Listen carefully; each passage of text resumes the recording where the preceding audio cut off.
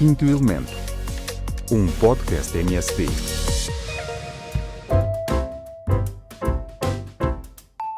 Sejam bem-vindos a mais um episódio do Quinto Elemento. Hoje vamos falar sobre um aspecto central na medicina, a relação médico-doente.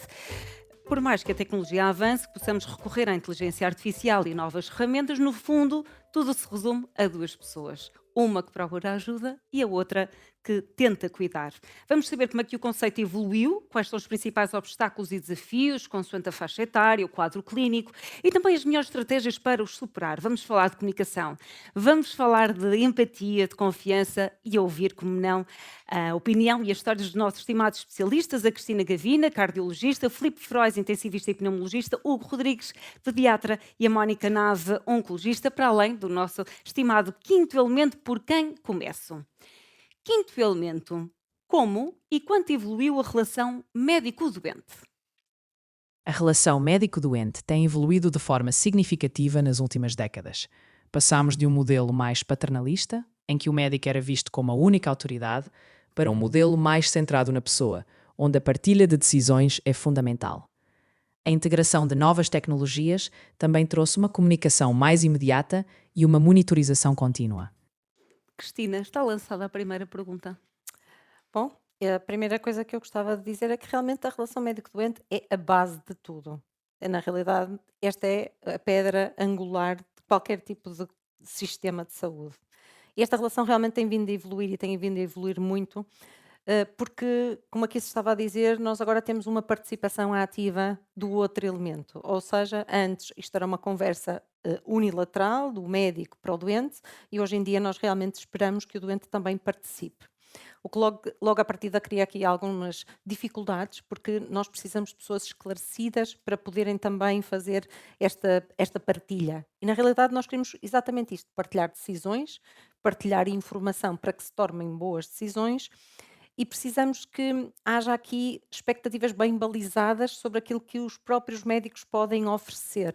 Nós não somos healers, nós não vamos curar ninguém, nós vamos efetivamente tentar fazer alguma coisa que até tem uma forma de apresentação muito probabilística, ou seja, nós também nunca temos a certeza daquilo que vai acontecer.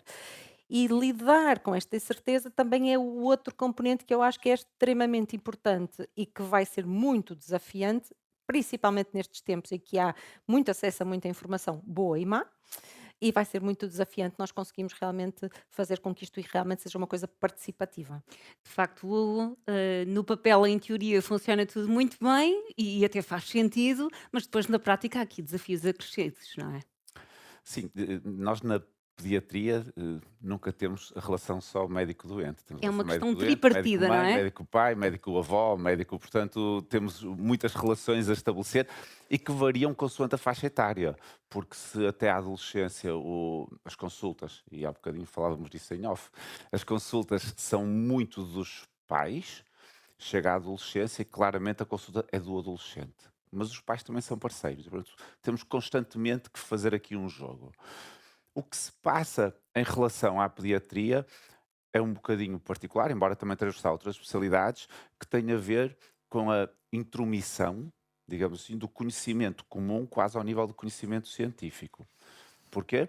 Porque hoje em dia, mesmo nas redes sociais, nós temos um conjunto de pessoas que à segunda-feira são peritos em parentalidade porque têm filhos, à terça são peritos em nutrição porque se alimentam, à quarta são em saúde mental porque até já ficaram tristes uma vez, à quinta são peritos em tecnologia porque usam telemóvel. Pronto, e a certa altura isto é difícil porque todos nós temos as nossas crenças e vamos atrás daquilo que nos parece que vai ao encontro das nossas crenças. E isto dificulta um pouco depois o papel tradicional nos consultórios e na relação. Portanto, eu diria que se calhar os maiores desafios na pediatria que já existiam têm a ver com a faixa etária, embora este alargamento até aos 18 anos é relativamente recente, do ponto de vista formal, e depois temos estas interferências externas que abalam a convicção de quem está connosco e que, se nós não estivermos seguros, abalam a nossa convicção também. E depois a relação médico-doente, que era uma relação sólida, estruturada, clássica, com um papel desigual, é certo, mas fica um bocadinho abalada na sua estrutura. Pronto, se calhar temos que reconsiderar a forma de nos relacionarmos em consultório, e acho que se não quisermos, isso vai acontecer na mesma, portanto, temos mesmo de o fazer. Mónica, o que é que significa uma boa relação médico-doente? Bem, como a Cristina já disse, eu acho que é a base da medicina, e acho que para sermos bons médicos precisamos de gostar de pessoas e precisamos de investir nesta relação médico-doente. É uma relação a dois, é uma relação mais do que com o doente, é com uma pessoa que tem uma doença, e portanto, e sobretudo em oncologia, eu acho que não podemos perder este foco que temos uma pessoa, temos o seu contexto pessoal, familiar, social. Isto para nós oncologistas que tratamos doentes com estas doenças crónicas, muitas vezes desde uma fase inicial de diagnóstico até uma fase terminal, é extremamente importante. Hoje em dia, de facto, é fundamental que tenhamos tempo para uma relação, para construir uma relação de confiança, de empatia, de sinceridade, de respeito mútuo e de partilha de conhecimento, obviamente.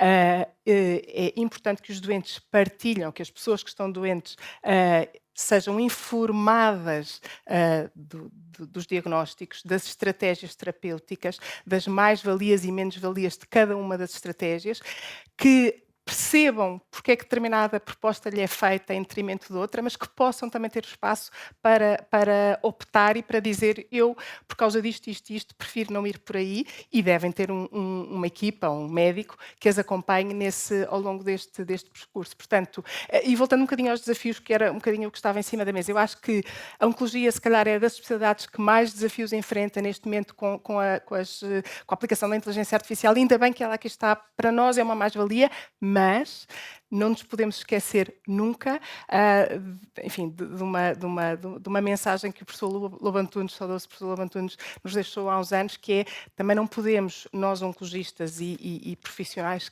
desta área, empolgados pela tecnologia e por todas estas ferramentas que estão neste momento ao nosso dispor e que em muita coisa nos vão facilitar a vida, nos esqueçamos da importância desta relação Da pessoa, do humana. humanismo, da humanidade. Desta presença. Filipe, o que é que mais mudou nesta relação nos últimos anos, para melhor e para pior? Ora, bom dia a todos. Eu até começaria agora com uma pequena nuance. É a primeira vez que temos uma assistência a ouvir o nosso podcast. E é preciso que a assistência perceba que nós chamamos quinto elemento, mas o nosso podcast deveria chamar-se o primeiro elemento, porque vocês são o primeiro elemento, o elemento mais importante e a razão da nossa existência. Portanto, muito obrigado pela vossa presença. Primeiro elemento. O quinto elemento é a inteligência artificial, porque nós somos os outros quatro. É só essa razão, mas trabalhamos para vocês. Eu diria... Claramente eu vim só cá passear. Já agora, então, Não, como estamos em a final... Liliana é o elemento. Não, eu até diria mais. Já agora, como estamos cá, há aqui 3 ou 4 intervenientes que são fundamentais neste podcast. Indiscutivelmente, a Maria João Almeida, pela sua atenção permanente a todos os pormenores, que manda-nos e-mails, manda-nos mensagens a dizer: atenção, não se enganem no hotel que é ali, é claro. Tem uma atenção permanente. Depois temos a atenção, a infinita paciência da Liliana Carvalho, que tem outra particularidade. Ouve-nos e depois sabe-nos levar outra vez para o caminho. Portanto, ela tem uma paciência e uma capacidade de gerir inatacável. E depois, entre nós conhecíamos mal, já agora posso dizer que nós até nos conhecíamos bastante mal, mas criámos entre nós um espírito de equipa extraordinário. Nós parece que somos amigos desde que nascemos. Não é verdade? Nós temos aqui um espírito de equipa e de entreajuda e de complementaridade únicos. Portanto, quer dizer, realmente o quinto elemento foi extraordinário. Se há a relação médico-doente, eu diria que há a relação quinto elemento. Somos nós. E o que é que está subjacente já agora à relação médico-doente? Eu diria que a relação médico-doente é o que dá a identidade a ser médico. É o que faz com que a medicina não seja exclusivamente uma ciência ou uma técnica. Porque nós cada vez mais vemos profissionais de saúde e médicos tecnicistas que não são médicos. E o que é ser médico é precisamente perceber a importância da relação médico-doente na identidade da nossa profissão. E esta relação especial, que muitas vezes nós nos apercebemos em pequenos pormenores na consulta. Eu Eu era interno no primeiro ano e calhou-me a mim, como era o mais caçula, o mais jovem, ir substituir um médico mais velho que tinha ido fazer um estágio lá fora. E os doentes todos entravam na consulta da mesma maneira. E ainda hoje dizem, sem desfazer, eu adoro a frase, o sem desfazer, não é? Sem desfazer, eu sou doente, o doutor não sei quantos. E eu percebi que realmente os doentes não eram nem do hospital, nem do serviço, eram doentes daquela pessoa com quem eles tinham uma relação de confiança, empatia, respeito total. Esta é que é a essência da relação médico-doente. E esta relação do médico-doente, já agora, é de tal maneira importante que o anterior bastonário da Ordem dos Médicos, o Dr. Miguel Guimarães, pugnou muito para que ela finalmente fosse aceita como património imaterial da humanidade. A relação médico-doente faz parte do património cultural imaterial da humanidade da Unesco desde 2024. E muito do trabalho que foi necessário fazer para ser aceito foi precisamente fruto, e deve ser destacado, do trabalho do anterior bastonário, o Dr. Miguel Guimarães. E, portanto, o que é que isto revela? A importância indispensável. Qualquer pessoa pode falar de saúde, mas nem todos têm a capacidade de estabelecer esta relação médico-doente. E esta relação médico-doente é que tem imensos ganhos em saúde, é uma relação que posso dizer que tem 3 componentes, isto está praticamente identificado. Tem um componente humano, porque é entre duas pessoas, ou digamos assim, duas partes. Pode ser um médico, pode ser uma equipa em que há alguém que dá mais a cara, que é o médico responsável. Pode haver um doente que pode ter um amigo com quem confia mais, com quem precisa também de falar, um familiar que lhe dá apoio, um cuidador, e portanto ele muitas vezes é um rosto do lado humano, tem e certamente um componente profissional indispensável, porque, quer dizer, nós podemos ter uma grande relação de confiança e amizade, mas a nossa relação tem uma natureza essencial, pode não ser exclusiva, de promoção da saúde, prevenção da doença e melhoria dos cuidados de saúde. E depois tem, e este aspecto é essencial e provavelmente também é único, tem um componente ético, que permite defender as partes envolvidas, assegurando aquilo que é fundamental, que é a confiança. O que é que tem? Tem o sigilo, tem o respeito pela autonomia. E nós não nos podemos esquecer que, como tudo na vida evolui, e a relação médico-doente foi evoluindo, acompanhando a evolução própria dos tempos e das pessoas. Vamos entrar agora nas especificidades de cada um de vocês. O Hugo falava há pouco que efetivamente há aqui uma relação no mínimo triangular, não é? Temos o médico, temos a criança, depois depende um bocadinho da faixa etária em que se encontra, os pais. Portanto, há aqui este desafio acrescido. Como é que se ganha a confiança de pais e dos doentes pediátricos, por um lado? Depois, quais são também as melhores estratégias para comunicar com cada um destes públicos? E, efetivamente, como é que se ganha a confiança? Como é que se cria confiança quando, na verdade, não são os doentes quem decide, são os pais? Sim, no início era aquilo que eu dizia. Nos primeiros anos, a consulta de pediatria é uma consulta muito mais dirigida aos pais. Grande parte do tempo serve para responder às dúvidas que nos são colocadas, para dar conselhos preventivos, o que quer que seja, e depois, e até principalmente nos primeiros anos, em que as crianças não gostam muito de ser mexidas, a parte da observação clínica, do exame objetivo, até é reduzida comparativamente com o tempo de consulta. A relação de confiança, a principal relação de confiança nessa altura é com os pais. Com as crianças é relativamente fácil. Tirando ali entre 1 ano e os 2, no primeiro ano é muito fácil, os bebés são naturalmente colaboradores. Ali na fase da adolescência, como é que fazem? Já lá vou chegar. Entre 1 ano e os 2 é difícil, porque as crianças não são verbais, entendem, mas não conseguem expressar-se, e por isso é a altura em que eles gostam menos que nós nos aproximemos, em que resmungam mais connosco, choram mais e dão um bocadinho mais luta porque se sentem ameaçados pela presença de um estranho e, portanto, vão pedir auxílio aos pais. A partir do momento em que ficam mais verbais, também é relativamente simples ter uma boa relação de confiança com as crianças, até porque nós, na verdade, na consulta não fazemos muitas maldades. Aconselhamos depois os senhores enfermeiros a fazer a parte deles e, portanto, nós estamos na posição confortável de não lhes fazer grandes maldades. Chegando à adolescência, aí o trabalho tem que ser também muito dirigido com o adolescente. E às vezes cria-se a imagem de que os adolescentes fogem a 7 pés dos médicos, e realmente a maior parte deles não procura ativamente os médicos, mas quando se sentem valorizados, eles gostam de estar lá. eu tenho uma consulta de adolescentes desde o meu internato e é relativamente simples estabelecer uma relação de confiança com os adolescentes. Tem de ter algumas particularidades. Primeiro, explicar aos adolescentes e à família que muito provavelmente vai haver momentos em que vamos querer estar só com os adolescentes. A tal confidencialidade que o Filipe falava há bocadinho, respeito que não é também só pelo espaço confidencialidade do que está no consultório, não sai do consultório, mas é quando os pais saírem, o que se fala lá não é para os pais também, que são outra parte interessada na consulta. E, portanto, isto às vezes cria aqui alguma dificuldade. Temos que estabelecer esses limites para a confidencialidade, existem limites, quando há risco de vida, portanto, temos que estabelecer isso, e, portanto, criar logo essa condição, porque provavelmente vai ser útil. Depois, dar o holofote aos adolescentes. Quando o adolescente entra com os pais, devemos comentar primeiro o adolescente. Sempre. Sempre. Devemos perguntar aos adolescentes como é que gostam de ser tratados. Agora, quando nós fazemos perguntas, temos de ver com as respostas. Se tem 2 nomes, se for o Rui Pedro, a primeira coisa que eu digo, eu chamo-me Hugo, sou pediatra, vou-te ver aqui, queres que te chame Rui, queres que te chame Pedro, como é que tu queres que eu te chame? Claro que quando perguntamos temos que ver com a resposta. Às vezes eles dizem-me, uma vez uma miúda, que era a Ana Margarida, disse, pode ser Daisy. E eu perguntei, e a partir daí sempre que chamava na sala de espera, chamava a Daisy. Pronto. O que é que eu faço? Ponho em maiúsculas no cabeçalho da primeira consulta o nome por quem ser tratado. E vou sempre tratar por aquele nome. Nunca deixo que o interno vá à sala chamar o adolescente. Vou sempre eu. Não uso o intercomunicador. Eu sei que isto levanta questões na questão de dizer os nomes. Eu sei que todos nós passamos por isto, mas enquanto não me obrigarem a chamar por números, eu ainda chamo pelos nomes, pelo nome que eles disseram e que eles escolheram. E depois as coisas rolam naturalmente. Tem que sentir confiança em nós. E está mais do que provado, a maior parte dos nossos hospitais não tem condições para atender adolescentes, porque os consultórios de pediatria, tal como o meu, tenho o Winnie the Pooh, tenho a Branca de Neve, não são de todas decorações. Na sala de espera eles estão com bebés aos gritos, com mães a amamentar, com miúdos que têm que trocar a fralda.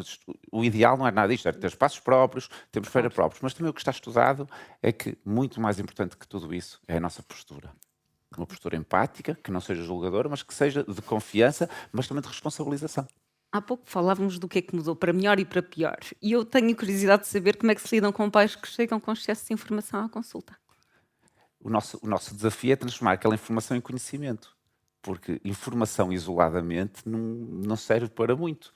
É ajudar a filtrar, ajudar a ter sentido crítico, porque todos nós acedemos a muita informação que não é da nossa área e fazemos a nossa interpretação. E quantas vezes nós fazemos interpretações erradas daquilo que nos chega. Portanto, a ideia é dar espaço sempre a perguntas no início e no fim, aos pais e às crianças, e principalmente aos adolescentes, dar espaço aberto, perguntas abertas, tens alguma dúvida?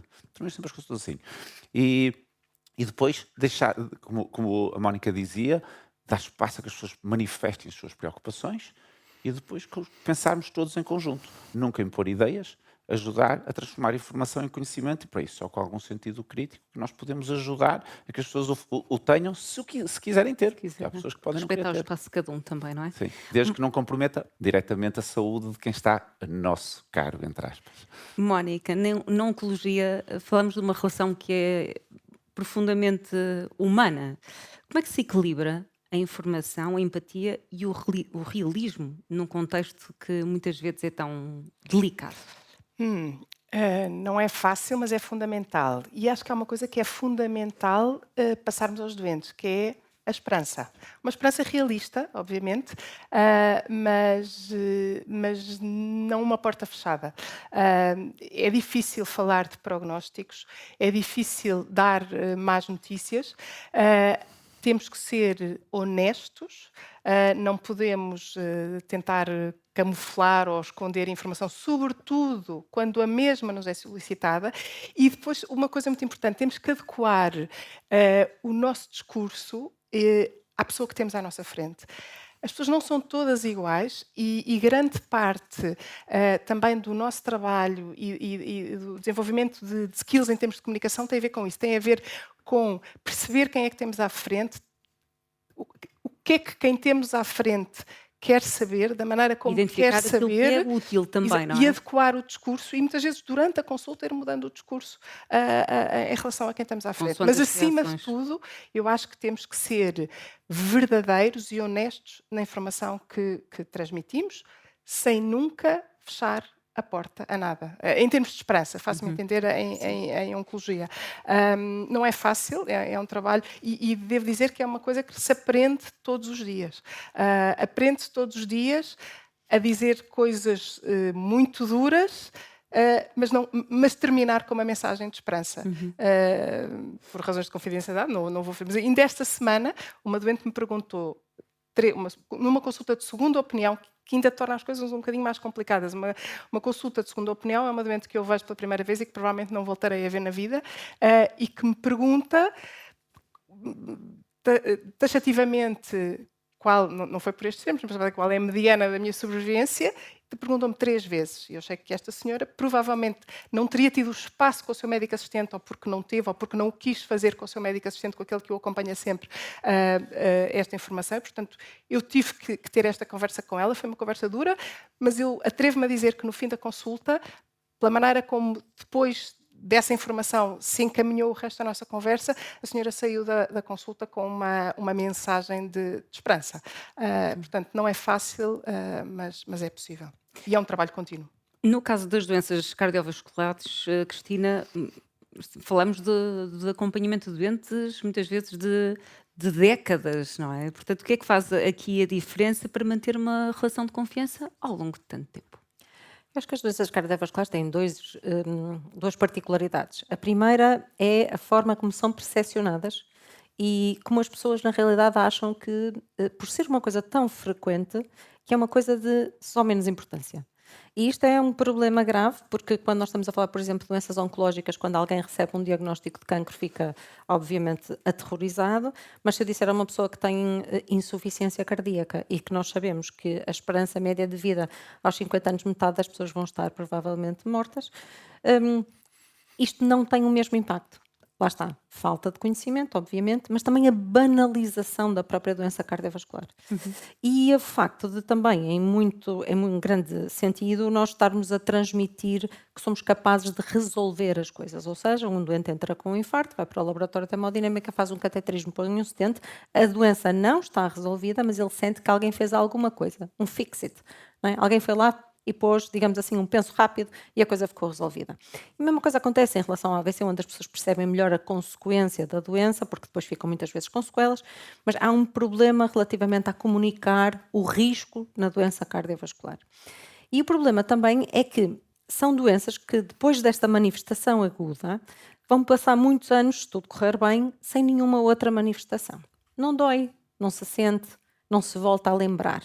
O que quer dizer que, à medida que nós vamos afastando daquele momento, as coisas parecem que ficaram totalmente resolvidas. O que quer dizer que nós temos enormes desafios para manter. E há casos em que as pessoas, como se sentem, como acabam por se esquecer, abandonam os tratamentos. Exatamente. Nós temos muita dificuldade em manter as pessoas, por um lado, aderentes a estas terapêuticas, que são terapêuticas para a vida, mas também, por outro lado, aderentes àquilo que nós esperaríamos que seria a sua mudança de estilo de vida, que é provavelmente a maior, Mais difícil de mudar padrões de dificuldade que comportamento, nós não é? temos. Exatamente. Portanto, aqui há vários desafios que são um bocadinho diferentes relativamente a outras áreas da doença, porque nós, na realidade, tornamos a doença cardiovascular numa doença crónica. E, portanto, estas doenças crónicas, tal como outras doenças crónicas, são muito difíceis e exigem que nós sejamos capazes de transmitir o risco, transmitir a necessidade de um cuidado continuado para termos bons resultados.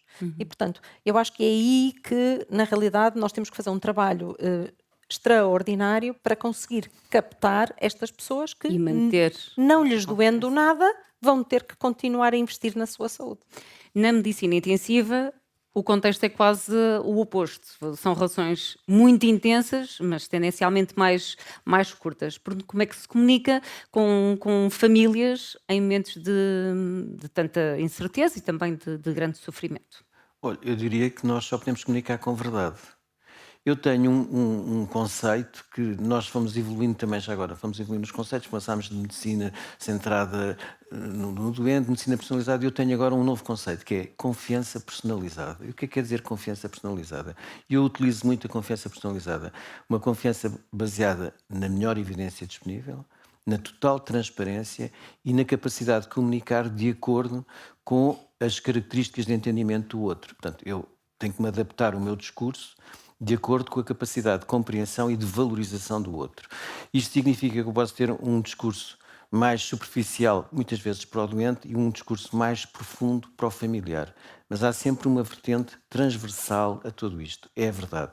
No meu caso, dos cuidados intensivos, eu apanho muita gente, muitas vezes em fases finais de vida.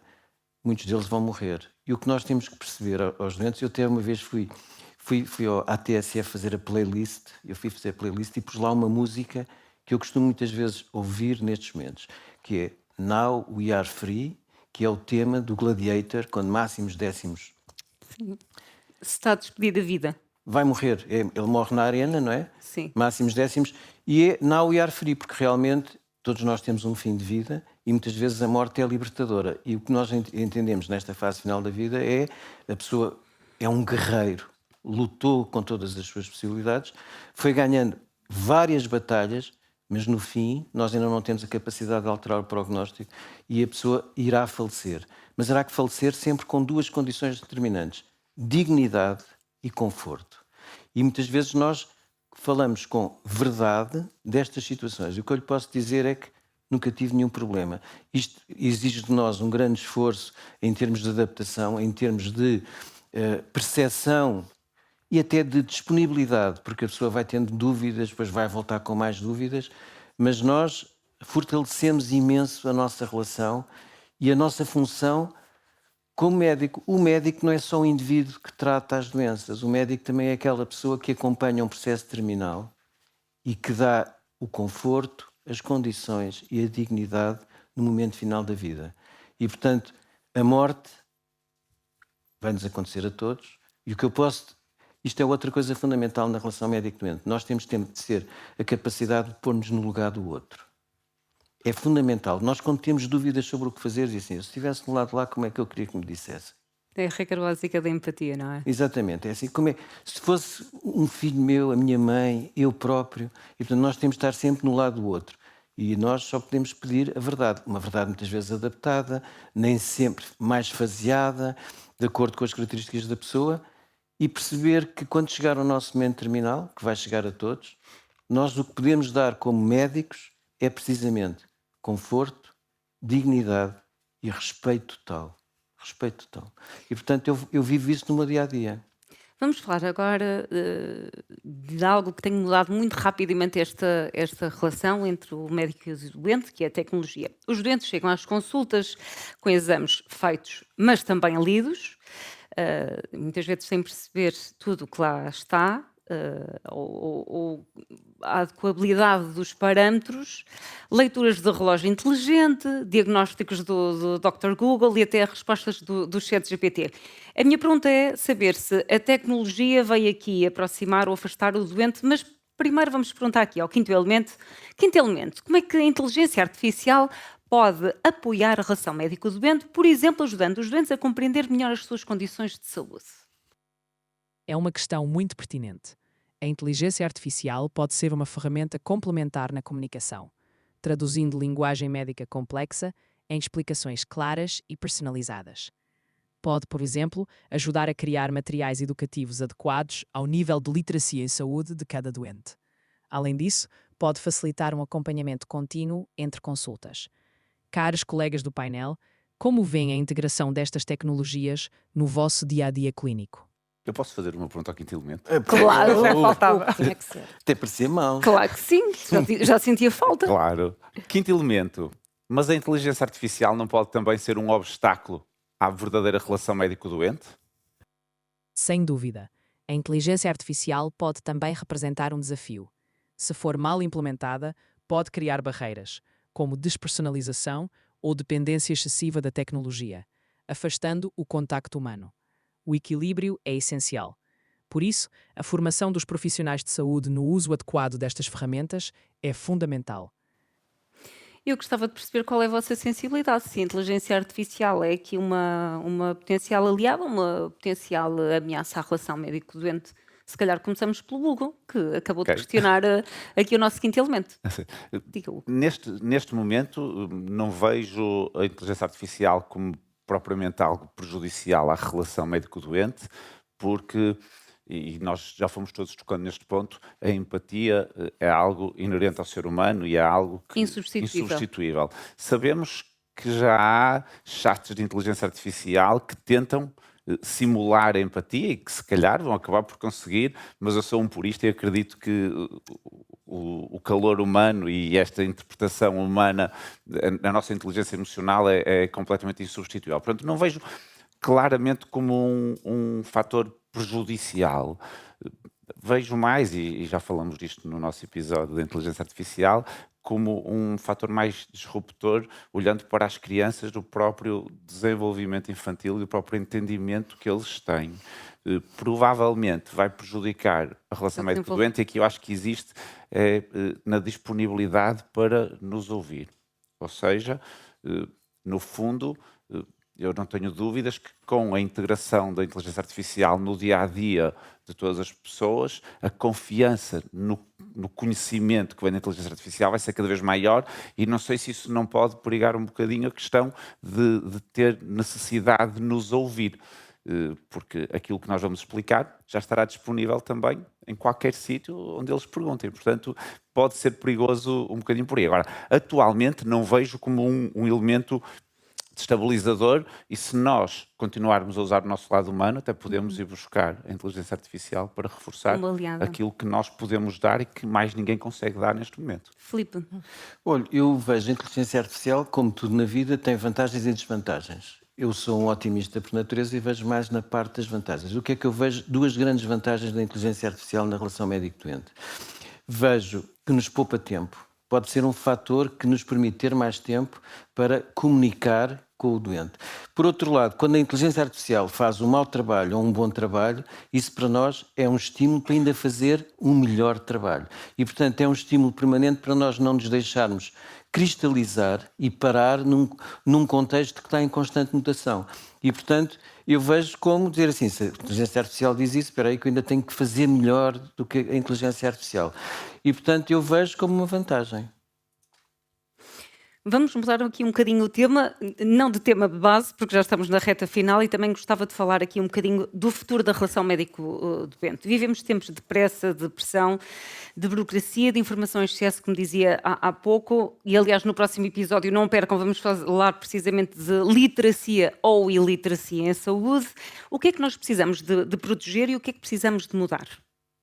Eu acho que aqui nós temos um desafio muito grande, porque, como já falamos, a inteligência artificial e as tecnologias podem efetivamente ajudar-nos a ganhar o tempo que nós agora dizemos que não temos para criar esta empatia, e eu acho que o médico que tem que ter a inteligência emocional, não é necessariamente inteligência igual à inteligência artificial, mas acho também que há aqui uma componente que me preocupa, que é, a determinada altura, nós usarmos a tecnologia de uma forma defensiva e acabarmos por nos escudar atrás da tecnologia para justificar a nossa incapacidade de interagir com o doente. Isto porquê? Porque nós não estamos a ser preparados neste momento, a nível das faculdades, da nossa formação, ao longo do tempo da nossa formação, nós não estamos preparados para aquilo que se esperam de nós, que é comunicar aquilo que é a informação e o conhecimento de uma forma que, do outro lado, isto vá ressoar e que efetivamente as pessoas tenham capacidade depois de compreender e de tomar as tais decisões informadas que nós aqui estávamos a falar. Portanto, da responsabilidade partilhada. Eu acho também. que esta tal responsabilidade partilhada não pode, de forma alguma, estar a ser substituída pelo facto de nós termos tecnologia que nos está a apoiar. Isto não é porque alguém da inteligência artificial nos diz que a probabilidade é tal e, portanto, o caminho é este, nós vamos desresponsabilizar-nos e, em certa medida, afastar-nos daquilo que é a nossa relação com o doente.